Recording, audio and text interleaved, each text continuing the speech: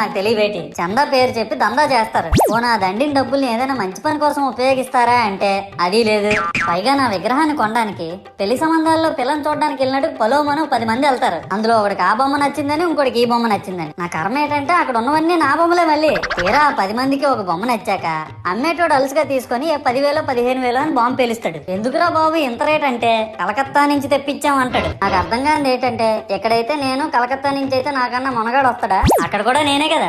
ఇలా నన్ను బజార్లో పెట్టి బేరం ఆడి నా మొహానికి ముసుగేసి వ్యాన్ ఎక్కిస్తారు. ఆ వ్యాన్ డ్రైవర్ గాడు నేను ఉన్నానని కూడా చూడకుండా ఏదో ఆలోచించుకుంటూ డ్రైవ్ చేస్తా గతకల్లో గబ్బి గుబ్బి అని తించేసి నా కాల్లో చెయ్యి ఎరగొట్టేస్తాడు. ఈ విషయం చందాలు ఇచ్చిన చిన్నోళ్ళకి తెలిస్తే మళ్ళీ ఇరిగిపోయిన బొమ్మ పెట్టకూడదని ఏ బొమ్మ రాసి కవర్ చేసేస్తాడు. సరేలే జరిగిందేదో జరిగింది, నా భక్తులే కదా కూల్ బ్రో అని చిల్లయ్యే లోపు నన్ను పందిర్లో పెట్టి ముసుగు తీసి నాకన్నా పొడుగున్నే సౌండ్ బాక్సులు 2 నా చెవులు పక్కన పెట్టి డీజే గణేష్ బ్రో అని చెప్పి నా పాటలను కోని చేస్తారు. సరేలే పిల్లలు కదా ఇప్పుడు కాకపోతే ఎప్పుడు ఎంజాయ్